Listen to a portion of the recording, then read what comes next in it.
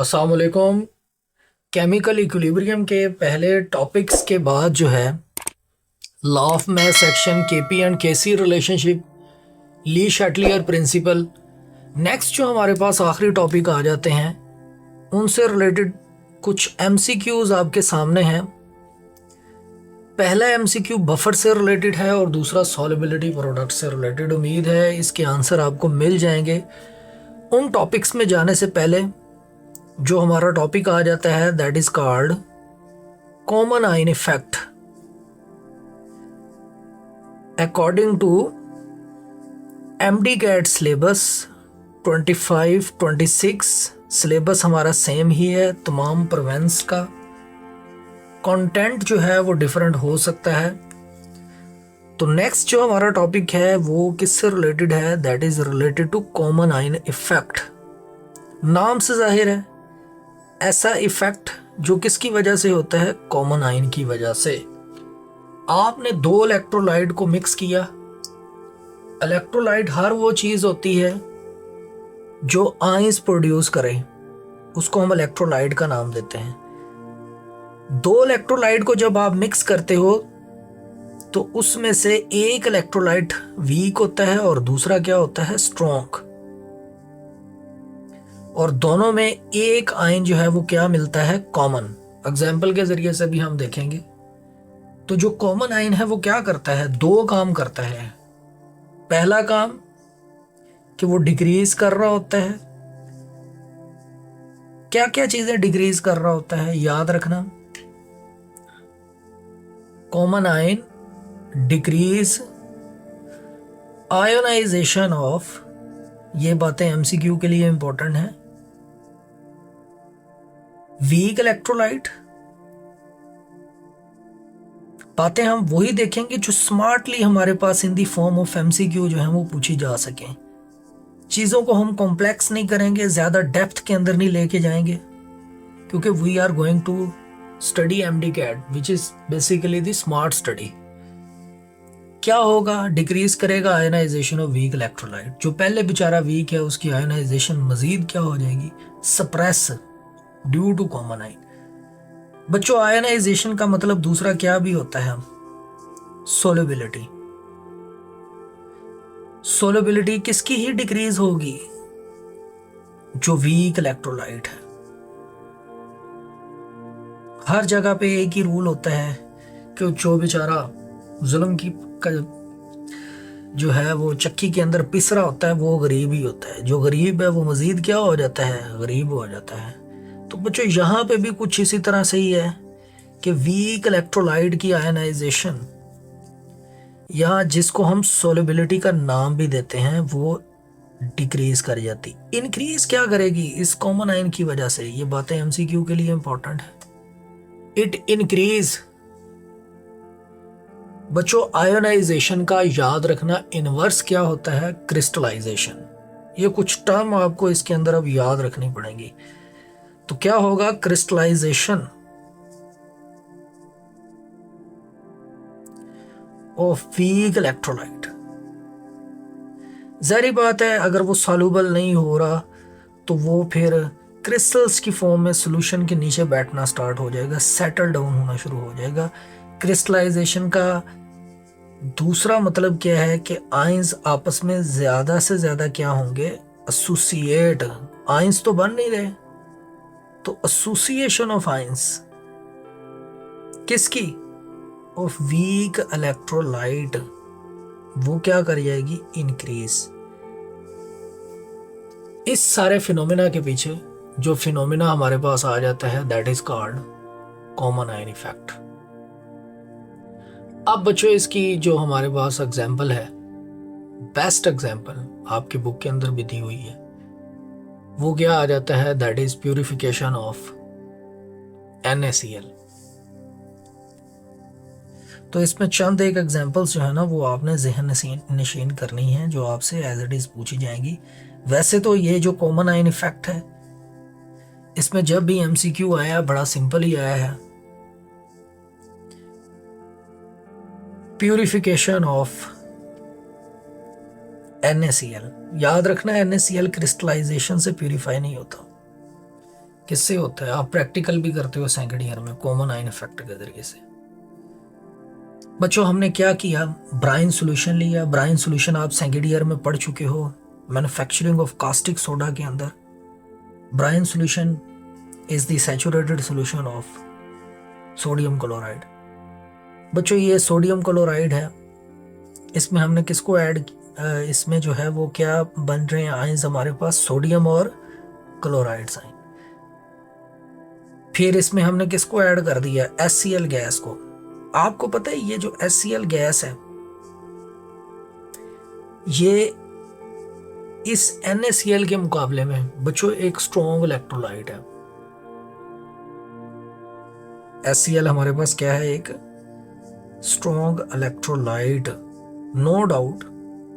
E stand for electrolyte, no doubt. NaCl भी बड़ा strong electrolyte होता है, लेकिन बच्चों यहां पर जो है ना इसके विद रिस्पेक्ट HCl के विद रिस्पेक्ट जब हम बात करेंगे ना तो NaCl बेचारा क्या होगा, वीक इलेक्ट्रोलाइट। अब आप जैसे ही इस ब्राइन सॉल्यूशन से HCl गैस को पास करते हो तो राइट साइड पे दोनों में कौन सा आयन कॉमन हो जाता है, क्लोराइड कॉमन हो गया। Common ion effect is the application of Le Chatelier principle. Le Chatelier principle ये कहता है कि अगर प्रोडक्ट की कंसंट्रेशन बढ़ जाए, प्रोडक्ट की कंसंट्रेशन जब बढ़ेगी तो reaction will proceed in the reverse direction. अब क्लोराइड जो बढ़ा हुआ है इसकी कंसंट्रेशन ने क्या होना है, कम, ताकि Kc क्या रहे हमारे पास कांस्टेंट, वो दोबारा इक्विलिब्रियम को अटेन कर सके। अब ये ज्यादा से ज्यादा सोडियम आयन क्लोराइड से कंबाइन करेगा, इसको कहते हैं एसोसिएशन ऑफ आयंस। ज्यादा से ज्यादा ये आयंस आपस में जुड़ेंगे, ज्यादा से ज्यादा जब ये आयंस जुड़ेंगे तो बताओ इक्विलिब्रियम किस साइड पे ज्यादा शिफ्ट होगा, टुवर्ड्स लेफ्ट साइड। किसकी फॉर्मेशन होगी, crystallisation of weak electrolyte NaCl। लेकिन आयंस कंबाइन करके आयनाइजेशन सप्रेस हो गई है, सॉल्युबिलिटी कम हो गई है। हाँ अलबत्ता इनसॉल्युबिलिटी ऑफ NaCl ज्यादा हो गई है, क्रिस्टलाइजेशन ज्यादा हो गई है। ये NaCl अब नीचे बैठ जाएगा, सेटल डाउन हो जाएगा। बच्चों ये जो नीचे बैठा हुआ सोडियम क्लोराइड है हम इसको जो है ना रिकवर कर लेंगे, ये हमारे पास काफी हद तक क्या हो चुका होगा, प्यूरिफाई। तो दोनों में आयन कौन सा कॉमन है, याद रखना है chloride ion. This is called common ion effect. बच्चों एक और एग्जांपल हम इससे रिलेटेड हम देखेंगे, जैसे फॉर एग्जांपल NH4OH। इसको जब हम आयोनाइज करते हैं तो ये किसके अंदर आयोनाइज हो जाता है, NH4 पॉजिटिव OH नेगेटिव। और जब हम इसमें किसको ऐड करते हैं, NH4Cl को, तो ये आयनाइज हो जाता है किसमें, NH4 पॉजिटिव और Cl नेगेटिव के अंदर। अब बच्चों आपको थोड़ा सा याद रखना पड़ेगा कि अमोनियम हाइड्रोक्साइड वैसे ही एक बहुत ज्यादा क्या होती है, वीक बेस होती है, वीक इलेक्ट्रोलाइट है। इलेक्ट्रोलाइट एक जनरल टर्म है, हर वो चीज जो आयंस बनाए। अब बताएं जरा, ये वीक इलेक्ट्रोलाइट है अमोनियम क्लोराइड की प्रेजेंस में, बताओ दोनों में आयन कौन सा कॉमन होगा, NH4 पॉजिटिव।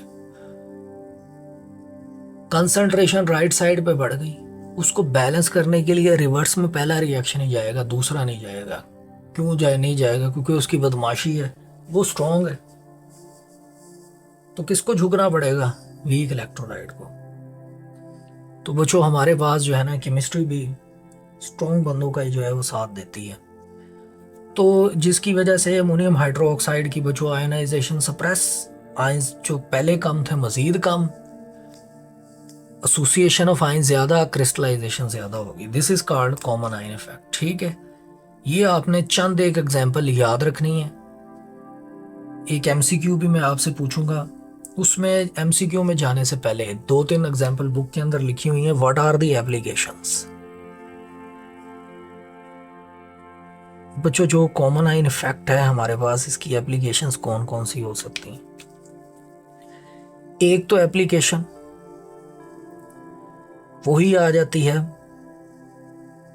जो हमारा अगला टॉपिक है। पहली एप्लीकेशन जो अभी हमने पढ़ी है कि common ion effect is use for purification of electrolyte. बच्चों, इलेक्ट्रोलाइट की प्यूरिफिकेशन के लिए हम किसको यूज करते हैं? कॉमन आयन इफेक्ट को। जैसे NaCl को प्यूरिफाई किया। Secondly, it is use for qualitative analysis. आप प्रैक्टिकल के अंदर जो है ना, सॉल्ट जब आइडेंटिफिकेशन कर रहे होते हो, उसमें एक एसिडिक केटाइन होता है, एक बेसिक केटाइन होता है। ठीक है, एसिडिक रेडिकल होता है, बेसिक रेडिकल होता है। उसमें ना आप प्रैक्टिकल करेंगे तो पता चलेगा ग्रुप रीजेंट यूज किया जाता है। जैसे ये MCQ में याद रखना है, mixture of H2S plus HCl। बच्चों, ये ग्रुप रीजेंट है। प्रैक्टिकल करेंगे आपको समझ लग जाएगी। ये ग्रुप रीजेंट जो है ना, ये किस लिए यूज किया जाता है? फॉर डिटेक्शन ऑफ, MCQ में याद रखना, सेकेंड ग्रुप रेडिकल्स। अच्छा, ये सेकेंड ग्रुप पीरियोडिक टेबल वाले नहीं है बच्चों, ये नोटबुक वाले हैं जो आपकी बुक के अंदर बने हुए होते हैं कि ये सेकेंड ग्रुप है, फर्स्ट ग्रुप है। उसके लिए इस मिक्सचर को यूज करते हैं। और ये मिक्सचर किस बेस पे काम करता है? कॉमन आयन इफेक्ट के ऊपर। MCQ में याद रखना। इसी तरह mixture of NH4OH plus NH4Cl, ये दोनों भी वर्किंग कॉमन आयन इफेक्ट की बेस पे कर रहे होते हैं। इनको किस लिए यूज किया जाता है? फॉर आइडेंटिफिकेशन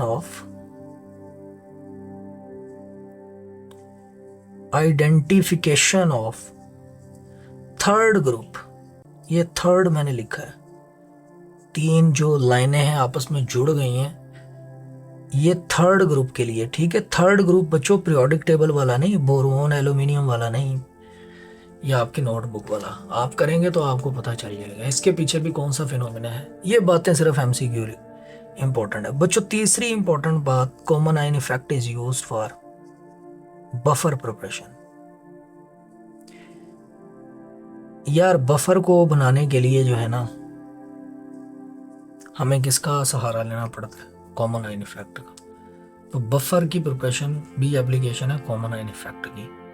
बच्चों, एक MCQ है, आसान सा है, उम्मीद है आप इसको जो है ना जज कर लेंगे। मुझे आंसर आपने खुद बताना है कमेंट के अंदर। ठीक है, आप लोगों से रिक्वेस्ट है कि चैनल को ज़्यादा से ज़्यादा सब्सक्राइब करें। ठीक है, और जो MCQs मैं आपको देता हूँ उसका आंसर ज़रूर किया करें। विच of the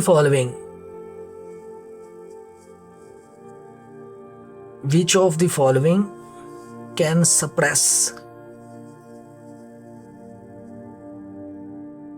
suppress the ionization of which of the following can suppress ionization of phenol? कौन है जो आयोनाइजेशन फिनोल की जो है वो सप्रेस करेगा? जरा बताइएगा। अल्फा ऑप्शन हमारे पास HCl, अल्फा ऑप्शन हमारे पास क्या आ जाता है? एथानोल। बीटा ऑप्शन हमारे पास फॉर्मिक एसिड। आसान सा MCQ है। चार्ली ऑप्शन है हमारे पास मेथानोल। और डेल्टा ऑप्शन हमारे पास क्या आ जाता है? वाटर। बिल्कुल आसान सा MCQ है, जल्दी से आप जज कर लेंगे। बताएं, फिनोल की आयनाइजेशन जो है ना वो कौन सप्रेस करेगा? पहली बात तो ये है कि आपने इन 4 ऑप्शन में देखना है कि इनमें से जो है ना फिनोल से स्ट्रॉन्ग इलेक्ट्रोलाइट कौन सा है। जो स्ट्रॉन्ग है वही उसकी आयनाइजेशन को क्या करेगा? सप्रेस। बिगेस्ट हिंट बच्चों, ये था कॉमन आयन इफेक्ट। बफर्स हमारा नेक्स्ट टॉपिक है। 2 सॉल्यूशंस। वो सॉल्यूशन है हमारे पास विच resist the change in pH, जो अपनी pH को मेंटेन रखते हैं, चेंज नहीं होने देते। या वो सॉल्यूशन हैविंग डेफिनेट पीएच, जिनकी अपनी एक मखसूस पीएच होती है, उसको चेंज नहीं करते, या वो solution which do not change pH.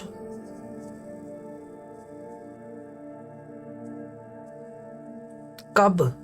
On dilution. अगर हम उनको डाइल्यूट भी कर दें ना, डाइल्यूशन, या उनको क्या करें, स्टोर लॉन्ग टाइम, या ज्यादा अरसे के लिए भी वो स्टोर रहे ना, तो अपनी पीएच को चेंज ना करें, वो सॉल्यूशन हमारे पास क्या कहलाते हैं, बफर्स कहलाते हैं। तो ये आपने जो है ना इनकी डेफिनेशन याद रखनी है। या which maintain their pH if small amount of an acid और base are added to them.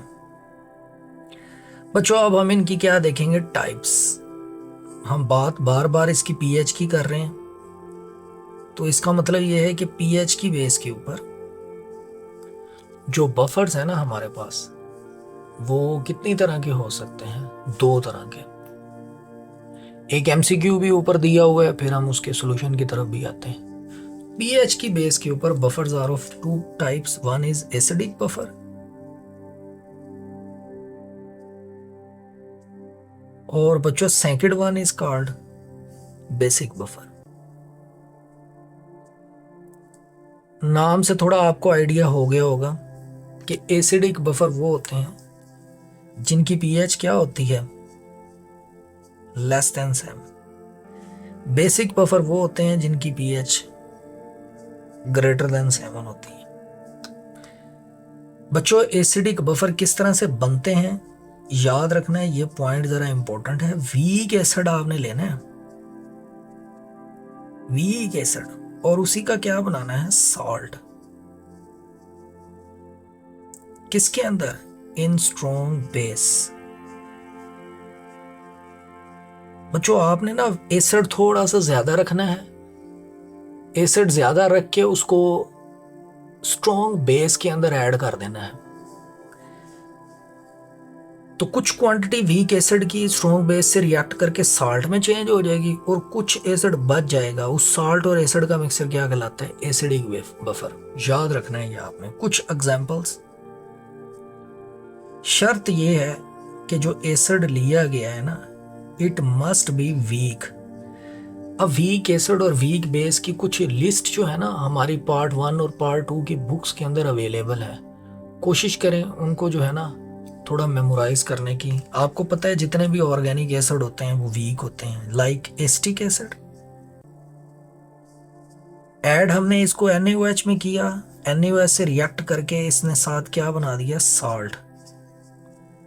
तो ये वीक एसिड और उसी का क्या है, सॉल्ट। इसी तरह की और बहुत सारी एग्जांपल। इसी तरह जैसे हमारे पास क्या आ जाता है, क्योंकि हम वीक एसिड की बात कर रहे हैं, HNO2। HNO2 आपको पता है एक वीक एसिड है, मिक्स किससे करना है, NaNO2 के साथ। और भी एग्जांपल वीक एसिड की याद रखनी है। बच्चों ये जो हमारे पास बेसिक बफर है, मैंने क्या बताया, बेसिक बफर में जो पीएच है ग्रेटर देन क्या होती है, 7। कैसे बनता है ये, इसमें भी आपने क्या लेना है, वीक बेस, और इसी का क्या बनाना है आपने, सॉल्ट।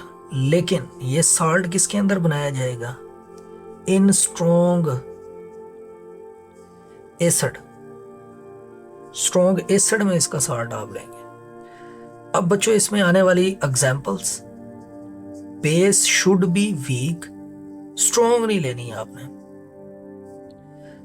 जैसे फॉर एग्जांपल हमारे पास कुछ बुक 2 में आपने एम्फोटेरिक ऑक्साइड, हाइड्रो ऑक्साइड पढ़े हैं, उनको याद रखिएगा, ठीक है।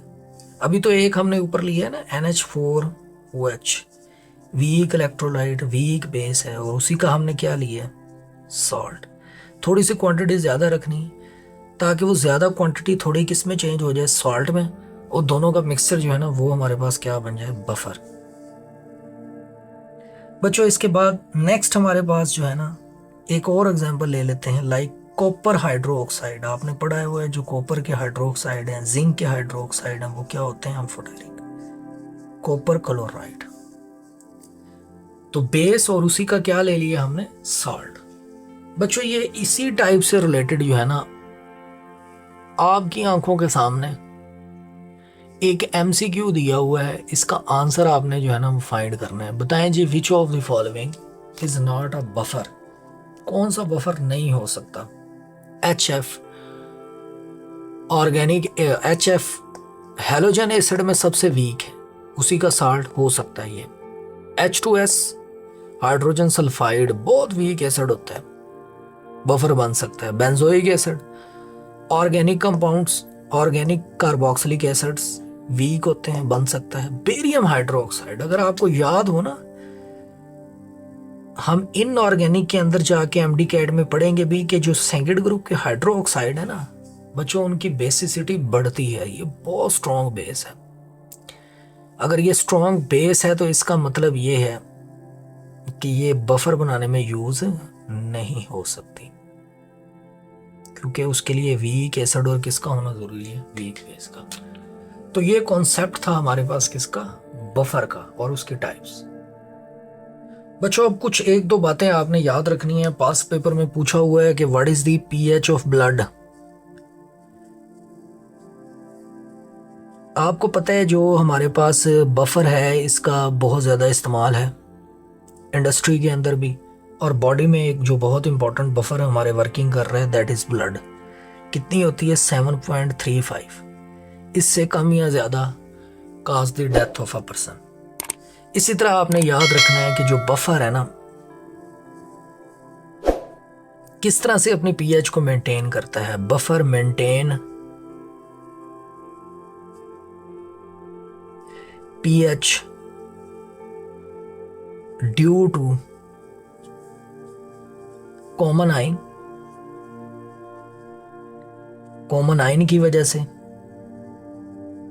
And involving Le Chatelier principal.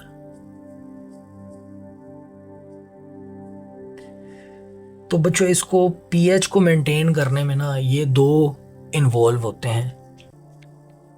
पूछा जा सकता है कॉमन आइन इफेक्ट या Le Chatelier principle, both alpha and beta. तो दोनों जो है ना इन्वॉल्व हो सकते हैं इसकी पीएच को मेंटेन करने के अंदर। तो बच्चों ये चीज आपने जो है ना वो याद रखनी है। अब सबसे इंपॉर्टेंट जो चीज आ जाती है ना दैट इज कैलकुलेटिंग।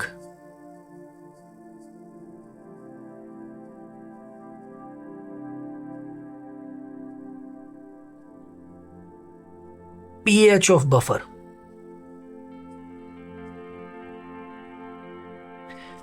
अगर आपने किसी खास pH का जो है ना वो बफर बनाना है तो सारी बातें हमें क्या चाहिए होती है? एक इक्वेशन। वो इक्वेशन किसने की है derive? Henderson. That equation is called Henderson equation.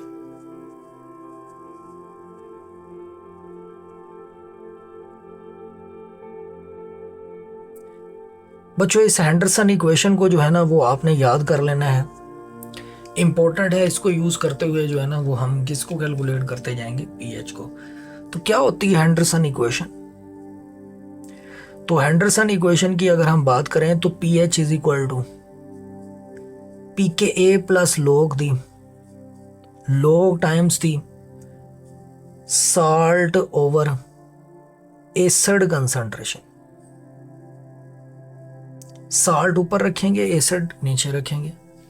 या इसी इक्वेशन को ऐसे भी लिखा जा सकता है कि pH is equal to pKa minus the log acid ऊपर रखें। log की ये प्रॉपर्टी है कि एसिड फिर ऊपर आ जाता है और साल्ट क्या आ जाता है? नीचे। तो ये इक्वेशन भी यूज की जा सकती है। ये एसिडिक बफर के लिए। बच्चों अगर हम बेसिक बफर की बात करें तो बेसिक बफर के लिए POH is equal to PKB plus the log salt over base concentration. या हम इसको इस तरह से भी अरेंज कर सकते हैं, POH is equal to PKB minus log D, base ऊपर लें और डिवाइड किससे कर दें, सॉल्ट से।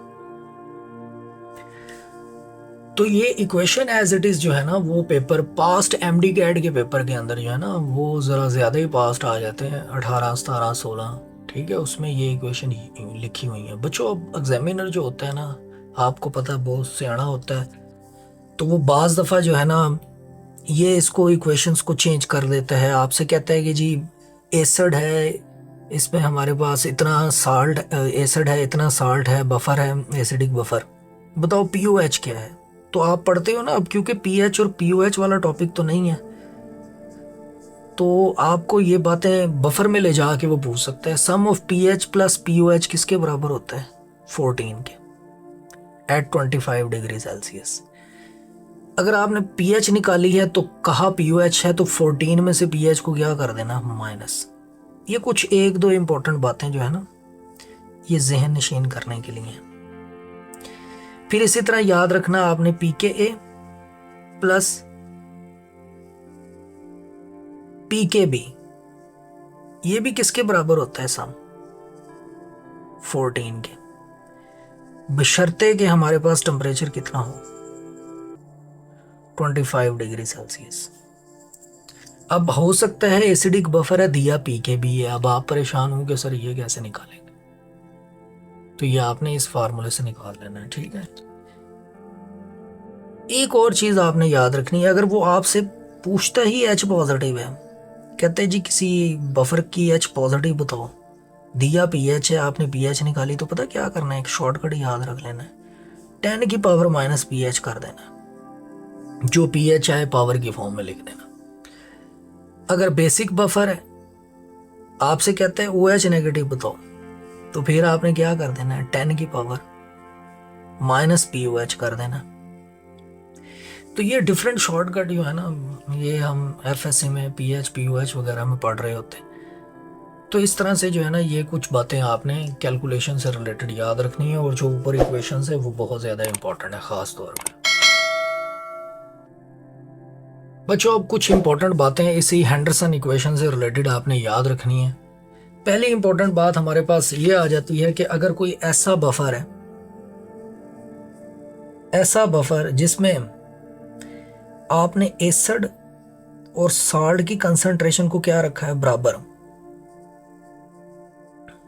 एसिड और साल्ट की कंसंट्रेशन अगर बराबर होगी ना, तो याद रखना उसमें जो बफर होगा ना, उसकी PH किसके बराबर ही होगी, PKA के।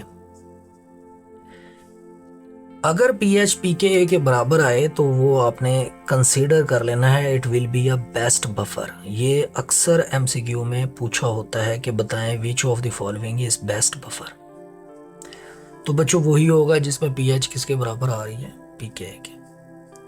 बच्चों अगर आपने बफर बनाते हुए एसिड की कंसंट्रेशन ज्यादा ली है, एसिड को ज्यादा कर दिया है, ज्यादा एसिडिक बफर बनेगा, फिर जहरी बात है इस बफर में जो PH है ना वो ग्रेटर देन क्या आ जाए, PH जो है ना, क्योंकि एसिडिक ज्यादा है, लेस देन क्या बनेगी, PKA। और आपने याद रखना है ऐसा बफर हमारे पास क्या होगा बच्चों, मोर एसिडिक बफर। और इसी तरह तीसरी पॉसिबिलिटी, अगर आपने एसिड जो है वो कम रखा है, लेकिन इसके अंदर जो साल्ट है ना वो क्या है, ज्यादा, साल्ट ज्यादा है, एसिड कम है, तो तब हमारे पास जो PH होगी ना वो ग्रेटर देन क्या होगी, PK। और बच्चों this will be considered less acidic buffer. तो ये डायरेक्टली जो है ना वो आप पता चला सकते हैं कि एसिड ज्यादा है, कम है, तो हमारे पास PH PK से क्या आएगी। तीन इंपॉर्टेंट बातें आपने याद रखनी है, ठीक है। एक MCQ आपकी प्रैक्टिस के लिए, इसका आंसर आपने करना है, बिल्कुल आसान सा है, कैलकुलेटर बीच में नहीं आना चाहिए बच्चों। कहता है हमारे पास एसिटिक एसिड जो है ना, एसिटिक एसिड की जो कंसंट्रेशन है वो है 2.2 मोलर, और जो साल्ट की कंसंट्रेशन है बच्चों वो हमारे पास क्या है 0.22 मोलर। ठीक है। और जो pKa है ना वो है हमारे पास 4.80 ये pKa। अच्छा मैं आपसे ना पूछता हूँ, थोड़ा सा मैं चेंज कर रहा हूँ इस क्वेश्चन को। मैं कहता हूँ कि बच्चों बताओ जरा पीओएच क्या हो। पीएच नहीं, मैंने कहा पीओएच क्या होगी, थोड़ा सा चेंज किया। देखो ऊपर सारी इंफॉर्मेशन एसिडिक बफर की है। ठीक है, ऑप्शन मैं आपको यहाँ पे नहीं दे रहा, आपने मुझे बताना है कि what will be the answer of this MCQ. बच्चों आंसर आपने कमेंट के अंदर ज़रूर बताना है, मैं फिर चेक करके आपको बताऊंगा कि आपने ठीक कहा है या गलत कहा है। तो ये था हमारे पास बफर, कॉमन आयन इफेक्ट। तीसरी जो चीज़ हम पढ़ने जा रहे हैं बहुत important, that is called solubility product. बच्चों सॉल्युबिलिटी प्रोडक्ट एक इंपॉर्टेंट टॉपिक है। पेपर पॉइंट ऑफ व्यू से तो इतने ज़्यादा एमसीक्यू इसमें पूछे नहीं गए, लेकिन ये बड़ा जो है ना लेंथी टॉपिक है, इसमें बहुत सारी छोटी छोटी चीज़ें हैं, ख़ास तौर पर MCQ. What is solubility product. देखिए सबसे पहले आपने याद रखना है कि कुछ इलेक्ट्रोलाइट जब हम वाटर के अंदर ऐड करते हैं ना वो कंप्लीटली आयनाइज हो जाते हैं। ये कॉन्सेप्ट उनके लिए नहीं है, लेकिन कुछ इलेक्ट्रोलाइट जो हर वो चीज़ जो आयंस बनाती है उनको वाटर में हम डिसोसिएट करते हैं ना, तो वो लिमिटेड आयोनाइजेशन जो है ना वो शो कर रहे होते हैं। वो जो लिमिटेड आयंस की प्रोडक्ट होती है ना, जो थोड़ी बहुत उन्होंने बनाई होती है, उन आयंस की प्रोडक्ट का जो सम है ना, जो उन आयंस का जो प्रोडक्ट है उसको हम उस इलेक्ट्रोलाइट का क्या कहेंगे, सॉल्युबिलिटी प्रोडक्ट, KSP फैक्टर। मैं इसकी एक प्रॉपर डेफिनेशन लिख रहा हूँ क्योंकि डेफिनेशन में 2-3 बड़ी इंपॉर्टेंट चीज़ें हैं। ये प्रोडक्ट है किस चीज़ की, प्रोडक्ट ऑफ, पहली इंपॉर्टेंट बात मोलर कंसंट्रेशन, यानी कि कंसंट्रेशन आपने मोलर लेनी है, बेशक वो 2 मोल आयन ही क्यों ना बनाए। मोलर कंसंट्रेशन ऑफ आयंस, किसके आयंस, ऑफ एन इलेक्ट्रोलाइट। बच्चों ये भी याद रखना है कि ये इलेक्ट्रोलाइट कैसा होगा, स्पैरिंगली सॉल्युबल। स्पैरिंगली सॉल्युबल का मतलब होता है जो कम आयोनाइज हो, लिमिटेड आयोनाइजेशन शो करे। ठीक है, लेकिन किस लेवल के ऊपर, जब हम उस इलेक्ट्रोलाइट का क्या बनाएंगे, सैचुरेटेड सॉल्यूशन। शर्त यह है कि पहले उसका क्या बनाया जाए, सैचुरेटेड सॉल्यूशन। ये भी एक इंपॉर्टेंट बात है। तीसरी इंपॉर्टेंट बात कि ये किसके ऊपर डिपेंडेंट है, एट अ पर्टिकुलर टेम्परेचर। मतलब ये कि बच्चों इसमें हमें टेम्परेचर जो है उसको क्या रखना पड़ता है, कांस्टेंट। अब ज़रा ये 2-3 इंपॉर्टेंट बातें थी इसलिए डेफिनेशन प्रॉपर लिखनी पड़ी। पहले तो उसने बता दिया कि आपने प्रोडक्ट किसका लेना है, मोलर कंसंट्रेशन का। दूसरा बता दिया है कि ये ऐसे इलेक्ट्रोलाइट पे एप्लीकेबल है जो स्पैरिंगली है, वीक है या स्पैरिंगली है। तीसरी बात के सोल्यूशन क्या बनाना है, पहले आपने सैचुरेट। चौथी बात ये किस पे डिपेंडेंट है, टेम्परेचर। बच्चों एक और बात याद रखनी है, ये एमसीक्यू में आती है, KSP जितना ज्यादा होगा उस सॉल्ट की सॉल्युबिलिटी उतनी क्या होगी, ज्यादा। बाज़ दफा 4 ऑप्शन आती है, बताओ मोर सॉल्युबल कौन सा है, KSP वैल्यू दी होती है। फिर याद रखना है कि टेम्परेचर जितना ज्यादा KSP उतना ही क्या होगा हमारे पास, ज्यादा। ये 2 इंपॉर्टेंट। और आपको पता है सॉल्युबिलिटी प्रेसिपिटेशन के इनवर्सली होता है। ये देखो मैं यहां पे भी लिख देता हूं आपको, KSP ज्यादा, सॉल्युबिलिटी ज्यादा, लेकिन प्रेसिपिटेशन, क्रिस्टलाइजेशन वो उतनी क्या हो जाएगी, कम। ये आखिरी वर्ड मैंने क्या लिखा है बच्चों, प्रेसिपिटेशन। व्हाइट बोर्ड बेशक छोटा है बच्चों, हमारा दिल बहुत बड़ा है। ठीक है, इतना भी बड़ा नहीं है कि बहुत सारे लोग समा जाएं। तो बच्चों बस अपनी हैसियत के मुताबिक जो है ना वो हम कोशिश कर रहे हैं। तो आपको चाहिए कि जागते रहना है, ठीक है, लेक्चर सुनते रहना है और अपनी राय का इजहार ज़रूर करना है सब्सक्राइब करते हुए। बच्चों ये 2-3 बातें। अब आ जाएं ज़रा सॉल्युबिलिटी प्रोडक्ट एक्सप्रेशन की तरफ। पहला इंपॉर्टेंट बात जो है ना वो बच्चों क्या आ जाता है, इसमें स्टेप बाय स्टेप बहुत सारी टेक्निकल बातें होंगी। सॉल्युबिलिटी प्रोडक्ट एक्सप्रेशन, ये स्टेप बाय स्टेप हम चीज़ें देखेंगे, ठीक है। आप जुड़े रहिएगा, ठीक है, आप इस चैनल के साथ जुड़े रहिएगा, ठीक है। हम वक्फा बीच में नहीं लेंगे, ये नहीं कहेंगे कि मिलते हैं एक वक्फे के बाद, बल्कि क्या कहेंगे बच्चों, जुड़े रहिएगा ताकि आपको इम्पोर्टेंट इंफॉर्मेशन मिलती रहे। बच्चों अब सबसे पहले हम, जैसे फॉर एग्जांपल ये है PbCl2। पहली बात तो ये है कि ये MCQ इससे रिलेटेड, ये ऐसे ही पूछा हुआ है कि इसका KSP एक्सप्रेशन बताओ। लेड आयन की कंसंट्रेशन +2 क्लोराइड। ज़रा डेफिनेशन पे गौर करना है। KSP is the product of molar concentration of ions. Pb+2 ions concentration, molar concentration Cl negative, 2Cl negative नहीं लिखना, ये बच्चे गलती करते। Raise to an exponent equal to coefficient of balanced chemical equation. 2Cl negative करके 2 ऊपर नहीं लगाना, सिर्फ ऊपर क्या कर देना, स्क्वायर कर देना। बच्चों ये इस तरह से आपने सॉल्युबिलिटी प्रोडक्ट का एक्सप्रेशन लिखना है, ठीक है। इसके बाद ये मैंने एक बताया, और भी बहुत सारे आपने बुक के अंदर जो लिखे हैं ना, सब के आपने लिख के बताने हैं, ठीक है। ये जो मैंने MCQ दी है इनके लिख के मुझे कमेंट के अंदर बताइएगा, सर ये ऐसे लिखेंगे। इसके बाद सेकंड इंपॉर्टेंट बात बच्चों क्या आ जाती है, एप्लीकेशंस। ये सीरीज वाइज इसमें चीजें आ जाती हैं बच्चों। एप्लीकेशंस ऑफ KSP से जो है ना वो हम किसका अंदाजा लगा सकते हैं, नेचर ऑफ सॉल्यूशन का। बच्चों एक टर्म होती है KSP, एक होती है QSP। जैसे वो हमने स्टार्ट के अंदर KC और QC की बात की थी ना। QC जो है वो हमने कहा था प्रोडक्ट ओवर रिएक्टेंट रेशो किसी भी स्टेट के ऊपर, और KC एट इक्विलिब्रियम, बिल्कुल वैसी एट इक्विलिब्रियम KSP।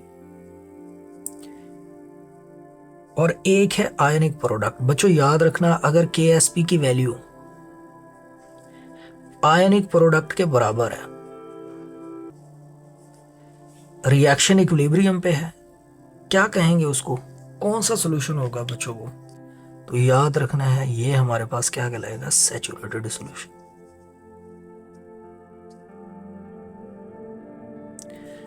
बच्चों अगर आपने जो है ना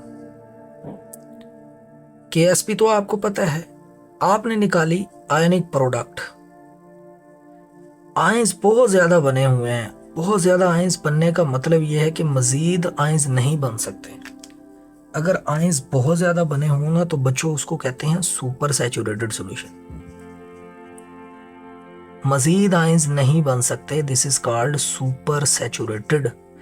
यहाँ एक वर्ड क्या भी यूज कर किया जाता है, प्रेसिपिटेशन। कहा जाता है कि precipitation occurs when ionic product is greater than KSP, क्योंकि मजीद आयंस नहीं बन रहे, जितने बनने थे वो बन चुके। बच्चों तीसरी इंपॉर्टेंट बात, अगर आपने देखा और KSP क्या निकला, greater than ionic product. Ions कम में मजीद आयंस बनने की गुंजाइश है अभी, तो बच्चों इसका मतलब सॉल्यूशन की नेचर क्या होगी, अनसैचुरेटेड। क्या कहेंगे इसको हम, अनसैचुरेटेड सॉल्यूशन, ठीक है। बच्चों ये series wise definition, expression, applications. अब जो थर्ड बात जो हम यहाँ पे डिस्कस करने जाएंगे ना, इसके अंदर हमारे MCQ का आंसर भी छुपा हुआ है और उसमें न्यूमेरिकल टाइप MCQ भी पूछे जाते हैं, उसकी तरफ बच्चों अब हम मूव करेंगे। फिलहाल हम वाइट बोर्ड मूव करेंगे। बच्चों ये relation between solubility and solubility product, ये अब हम रिलेशन देखेंगे किसके दरमियान, सबसे पहले जो है ना वो हम उस आयंस की बात करेंगे, उस साल्ट की बात करेंगे, उस इलेक्ट्रोलाइट की बात करेंगे। इलेक्ट्रोलाइट बेहतर है कि हम यूज़ करें क्योंकि इलेक्ट्रोलाइट साल्ट भी हो सकता है, एसिड भी हो सकता है। Electrolyte consist to ions. बच्चों, दो आयंस बनाने वाला जो इलेक्ट्रोलाइट है ना, ऐसा इलेक्ट्रोलाइट जो दो आयंस बना सकता हो, ठीक है। आप सपोज करके इसको लिख सकते हैं, ये हमारे पास ए बी साल्ट है, ए बी इलेक्ट्रोलाइट है। एग्जाम्पल लेनी है स्पेरिंगली सॉल्युबल की, जैसे NH4OH। आपकी बुक में एक टेबल दिया हुआ है, टेबल याद नहीं करना, थोड़ा सा देख लेना है स्पेरिंगली सॉल्युबल कौन कौन से। क्या बनाएगा? NH4 positive plus OH negative. बच्चों, सपोज इसकी जो सॉल्युबिलिटी है वो हमारे पास S है, इसकी सॉल्युबिलिटी क्या है? S। KSP क्या होगा? KSP is the molar concentration of ions.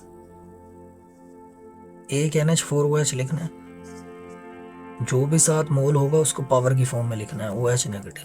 बताओ NH4 पॉजिटिव क्या हुआ? S। OH की सॉल्युबिलिटी क्या हुई? S। तो दो आयंस कंसिस्टिंग के लिए सॉल्युबिलिटी और KSP का रिलेशन क्या बन गया? S क्या। ये इंपॉर्टेंट बात है ये। अब बाज दफा ना कैलकुलेशन वाला एक MCQ आ जाता है कि जी ये फलां इलेक्ट्रोलाइट है, सॉल्युबिलिटी इतनी है, KSP बताओ। सॉल्युबिलिटी का दिया हुआ है KS, अंडर रूट ले लें KSP, सॉल्युबिलिटी आ जाएगी।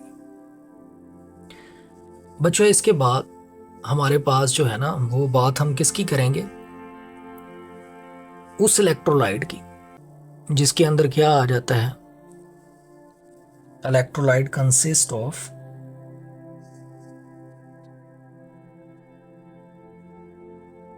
Three ions. अगर तीन आयंस के ऊपर मुश्तमिल इलेक्ट्रोलाइट है हमारे पास, क्या नाम देंगे बच्चों? डिफरेंट पॉसिबिलिटीज हो सकती हैं। हो सकता है दो के टाइन हो, A2B, A के 9 हो सकता है AB2, 2 एनाइन, 2 एनाइन एक के टाइन। ऐसे नहीं हो सकता ABC। बच्चों के टाइन होता है या एनाइन होता है, C नहीं लिखना आपने, ठीक है। ABC किथे गई सी, सब्जी की टोकरी में सो रही थी, ठीक है, वो जो नज़म है ना। अब देखो ये स्पेरिंगली सॉल्युबल साल्ट है बच्चों, calcium fluoride, calcium ion plus 2 fluoride ion भी है। बताएं अब जरा इसकी सॉल्युबिलिटी क्या लिखेंगे बच्चों?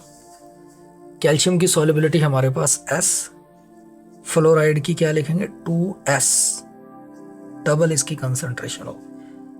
बच्चों KSP किसके बराबर होगा? दो आयंस की कंसंट्रेशन का product, molar with number of moles as a exponent, F negative, लेकिन उसका क्या लिखना है आपने? स्केयर। जरा बताएं अब क्या बनेगा बच्चों? S इंटू 2S का स्केयर। बताएं अब क्या बन जाएगा? 4SQ। ये चीज, यही हमने क्या करना था बच्चों? फाइंड करना था, 4SQ।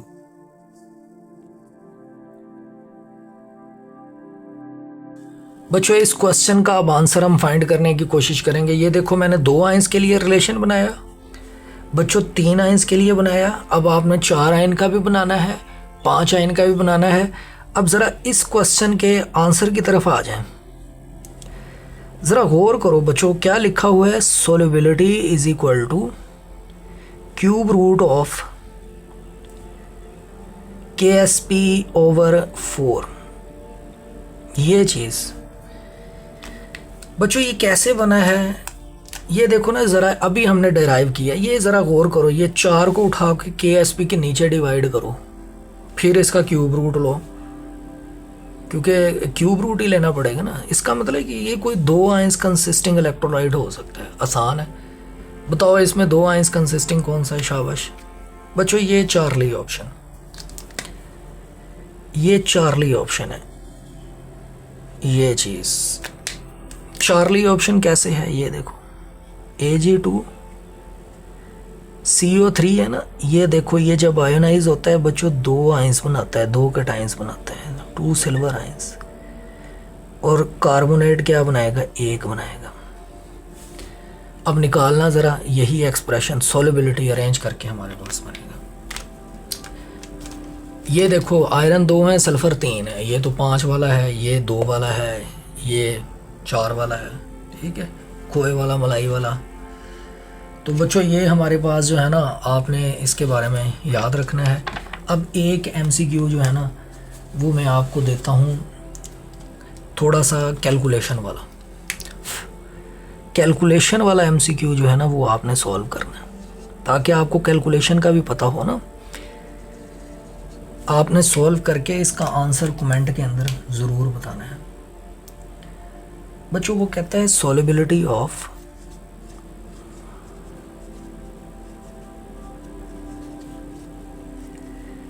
Calcium fluoride at 25 degree Celsius, S की बात कर रहे हैं। इस चाहे वो कैल्शियम की हो, फ्लोरीन की हो, फ्लोरीन की डबल कर देना है, कैल्शियम की तो सिंगल, 2×10⁻⁴। बताओ इसकी KSP वैल्यू क्या होगी, इट्स KSP वैल्यू। बच्चों ये आपने सॉल्व करना है विदाउट कैलकुलेटर, कमेंट में इसका आंसर आपने ज़रूर बताना है, ठीक है। तो बच्चों ये बड़ी मेहनत से बनाए गए लेक्चर हैं, तो इनको अच्छी तरह से आप देखें। लेंथी ज़रूर हैं क्योंकि ये MD कैट है, इसमें हमें टॉपिक कवर करना होता है, इसलिए थोड़ा सा टाइम इसके ऊपर लग जाता है। तो आंसर ज़रूर लिखिएगा इसका कमेंट के अंदर, आसान सा MCQ है। नेक्स्ट हम रिएक्शन काइनेटिक्स की तरफ मूव करेंगे। अपना बहुत सारा ख्याल रखिएगा। ओके, अल्लाह हाफिज़।